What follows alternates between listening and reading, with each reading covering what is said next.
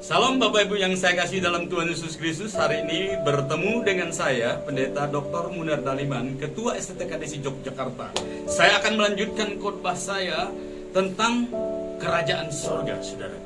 Hari ini saya akan mengajarkan tentang mengapa umat kerajaan atau anak kerajaan itu perlu berdoa. Saudara-saudara yang saya kasih dalam Tuhan Yesus Kristus, beberapa minggu yang lalu saya sudah menyampaikan tentang berdoa ini, saudaraku. Ada 3 contoh orang berdoa, saudaraku. Yang pertama adalah berdoa orang kafir atau orang-orang yang tidak mengenal Allah secara benar, adalah mereka berdoa dengan menggunakan sesajen sebagai alatnya, dengan menggunakan mungkin ritual-ritual atau persembahan-sembahan alat doanya, sehingga mereka dengan alat-alat, dengan sesajen dengan ritual ini mereka berkenan kepada yang mereka minta itu. Yang kedua adalah berdoa menurut orang-orang Farisi atau orang-orang ahli-ahli Taurat. Mereka berdoa untuk diperlihatkan bagaimana keadaan. Dan yang ketiga adalah berdoa menurut cara Kristen, cara umat kerajaan. Itulah yang diajar oleh Yesus di dalam pasal 6 ayat yang ke-9 itu. Saya akan mengajarkan tentang mengapa umat kerajaan ini harus berdoa, saudara. Kita akan baca dulu, ada 3 hal yang berhubungan dengan tentang doa ini, saudara.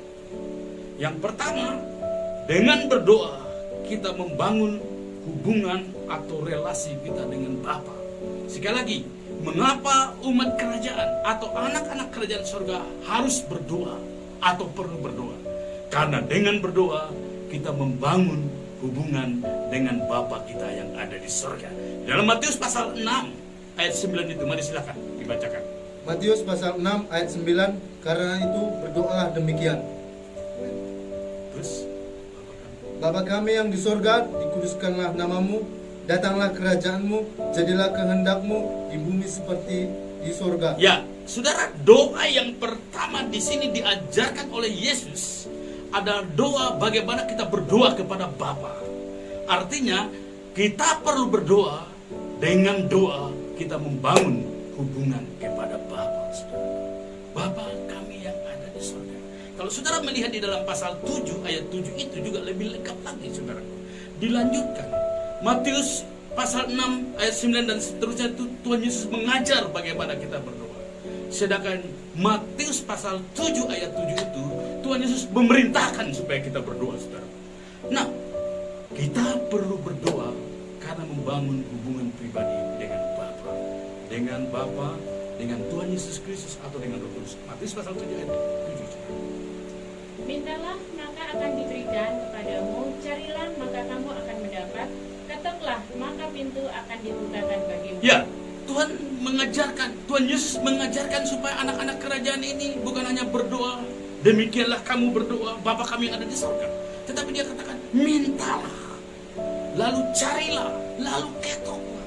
Saudaraku, membangun hubungan di sini banyak ini sebagai ilustrasi dalam kekeluargaan, sebagai Bapa kita yang kita minta. Yesus mengajarkan kita minta kepada Bapa, orang tua yang ada di surga sana, Bapa kita yang ada di surga sana. Lalu dia mendatangkan kerajaannya di bumi ini, saudaraku. Ilustrasi menarik di sini adalah hubungan keluarga Bapa. Bapa itu menyebutkan hubungan keluarga, saudara. Kalau saudara berdoa, kalau ada anak-anak yang minta, kalau ada dia lihat orang tuanya bertemu langsung dengan orang tuanya, dia langsung minta saja. Tapi kalau orang tuanya tidak ada, dia harus cari orang tuanya.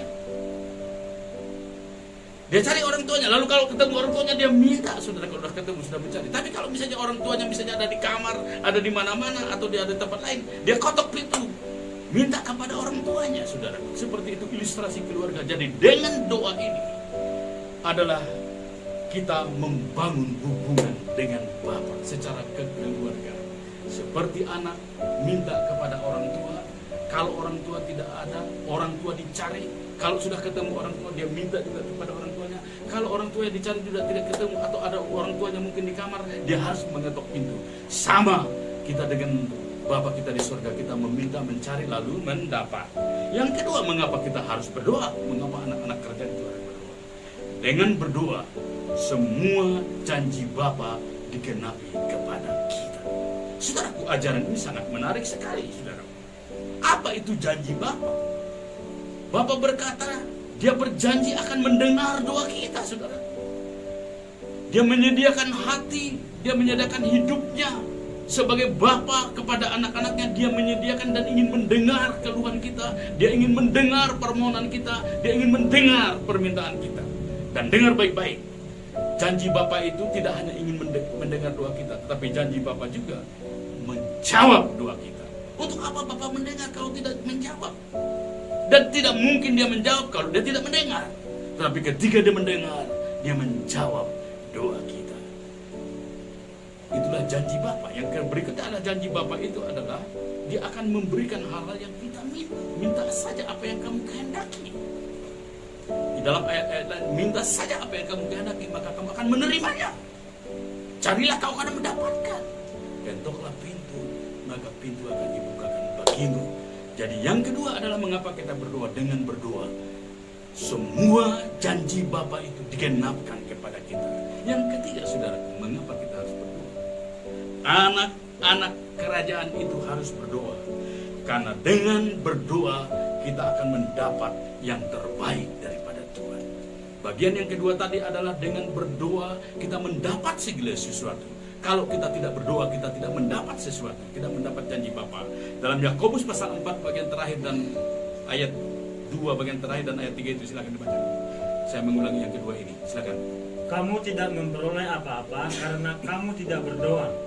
Atau kamu berdoa juga, tetapi kamu tidak menerima apa-apa karena kamu salah berdoa. Ya. Sebab yang kamu minta itu hendak kamu habiskan untuk memuaskan hawa nafsumu.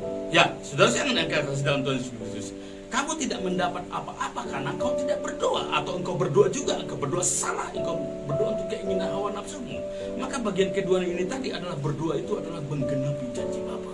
Kita minta, maka kita mendapat. Kita tidak minta apa-apa, kita tidak berdoa, kita tidak dapat apa-apa. Yang ketiga adalah mengapa kita perlu berdoa adalah dengan berdoa kita mendapat pemberian-pemberian yang terbaik.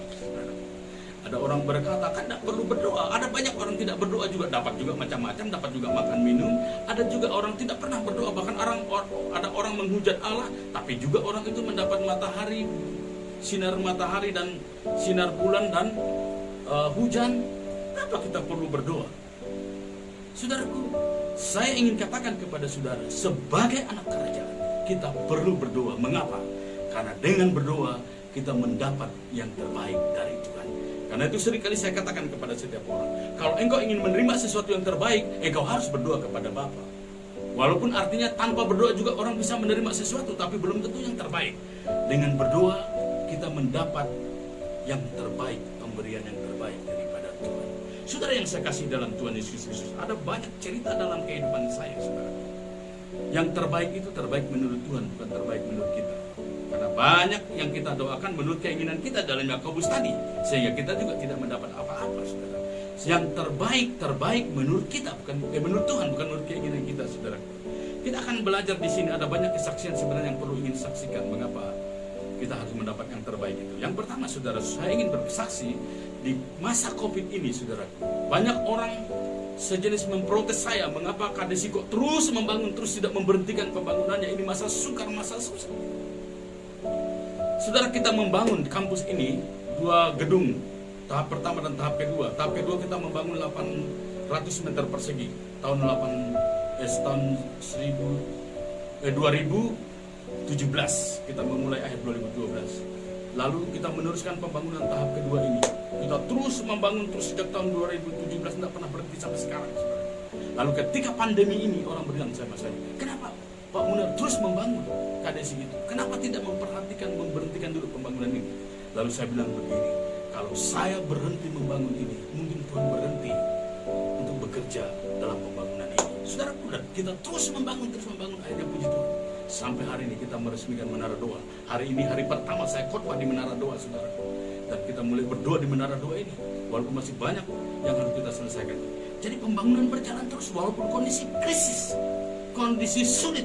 Kalau kita tidak berdoa, mungkin tidak terjadi yang terbaik di sini. Lalu yang kedua, saudara, pengalaman kami yang terbaru ini, tahun 2008 yang lalu, semua sponsor itu diputuskan, saudara. Diputuskan. Ketika sponsor diputuskan tahun 2008, saya menangis di hadapan Tuhan. Mengapa? Lalu saya berdoa hampir 1 bulan, saya merenung dan menangis. Mengapa kenapa harus terjadi seperti ini. Tetapi saya bangkit dengan kepercayaan yang begitu yakin.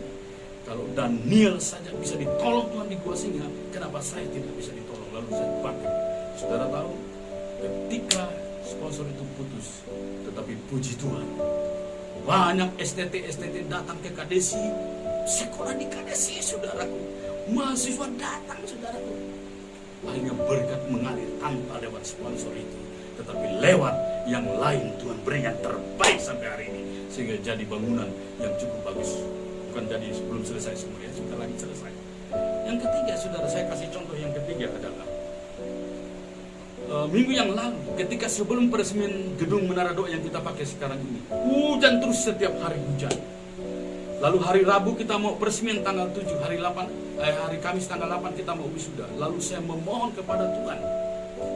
Malam-malam saya berkata kepada Tuhan, tengah malam saya berdoa di dalam nama Tuhan Yesus Kristus dan atas otoritas kerajaan surga, kuasa kerajaan surga, saya memberhentikan hujan 2 hari. Saya bilang dari tanggal 7 sampai tanggal 8 saya berhentikan 2 hari hujan. Oh, saudara dengar baik-baik, tanggal 7 1 hari hujan berhenti, tanggal 8 1 hari hujan berhenti, lalu tanggal 9 mulai lagi hujan, tanggal sekarang terus hujan. Artinya kalau kita tidak berdoa, mungkin tidak terjadi yang terbaik kepada kita. Karena itu, saudaraku, berdoa itu supaya pemberian yang terbaik datang kepada kita. Saudara, saya ulangi 3 perkara penting yang harus kita kerjakan. Mengapa umat kerajaan harus berdoa? Yang pertama, kita berdoa karena dengan berdoa kita membangun hubungan pribadi kita dengan Bapa. Sebagai anak membangun hubungan dengan Bapa, lalu Bapa di surga turun tangan menjawab doa kita. Yang kedua, mengapa kita berdoa? Dengan berdoa, seluruh janji Tuhan terdengar, diterima oleh kita. Seluruh janji Tuhan dinyatakan, digenapi lewat kita. Tuhan mendengar, tidak sekedar mendengar, tetapi Tuhan menjawab. Dan Tuhan menjawab, lalu Tuhan memberikan apa yang kita minta. Dan yang ketiga adalah kita berdoa karena lewat doa kita menerima pemberian-pemberian yang terbaik daripada Tuhan. Haleluya. Umat kerajaan harus berdoa. Salam sejahtera. Tuhan memberkati kita. Selamat hari Minggu. Haleluya.